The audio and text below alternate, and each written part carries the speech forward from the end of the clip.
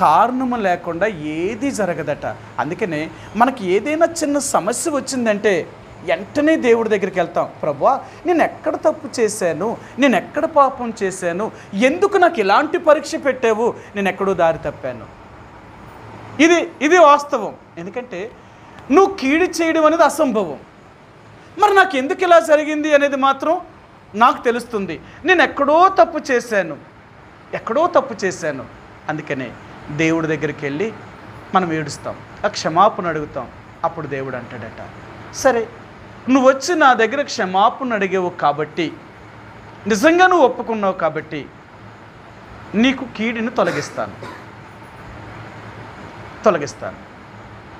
ఎందుకంటే మన దేవుడు ఎంత మంచివాడు అంటే, మన వస్త్రములను కాక మన హృదయాన్ని నిజంగా చింపుకొని కానీ దేవుడి దగ్గర ప్రార్థన చేస్తే మన దేవుడు కరిగిపోతాడట.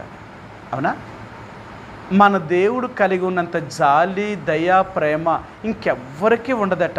అందుకని అంటాడు, ప్రభువా నీవు దయాళుడవు, క్షమించుటకు సిద్ధమైన మనస్సు కలిగిన దేవుడు. మన దేవుడు ఎంత గొప్ప దేవుడు అంటే దయాళత్వం కలిగిన వాడు. ఎంత దయ అంటే, అందుకని అంటాడు ఆయన దయ దీర్ఘకాలము ఉంటుందట.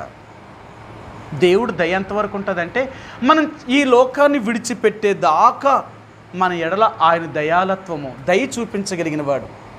అందుకని మనం ఎప్పుడు దేవుడి దగ్గరికి వెళ్ళి, ప్రభువా నేను ఇలాగ జరగడానికి కారకుడు నేనే తప్పు చేశాను, నేను పాపం చేశాను, సరే నన్ను శిక్షించడం నీకు న్యాయమే, నేను కాదంటలేదు, కానీ ఈ బాధను నేను తట్టుకోలేకపోతున్నాను, నీ చిత్తమైతే నాకు సహాయం చేయి తండ్రి అని దేవుడు బిడ్డ అడుగుతాడు.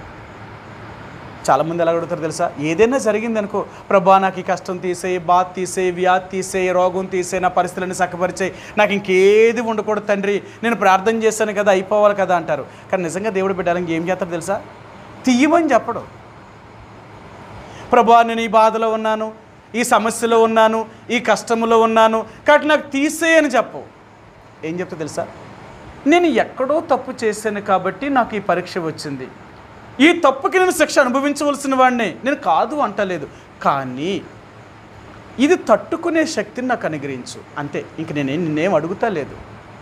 నేను ఈ శిక్షను అనుభవించలేదనుకోండి, నేను చేసిన పాపానికి విముక్తి పోదు, విడుదల రాదు. నేను చేసిన పాపానికి విడుదల కలగాలి అంటే ఈ శిక్షను అనుభవించాలి. ఈ శిక్షను అనుభవించాలి అంటే దాన్ని తట్టుకునే శక్తి నాకు కావాలి, అంతే. దేవుని బిడ్డలు ఎప్పుడు ఎలా అడుగుతారు తెలుసా?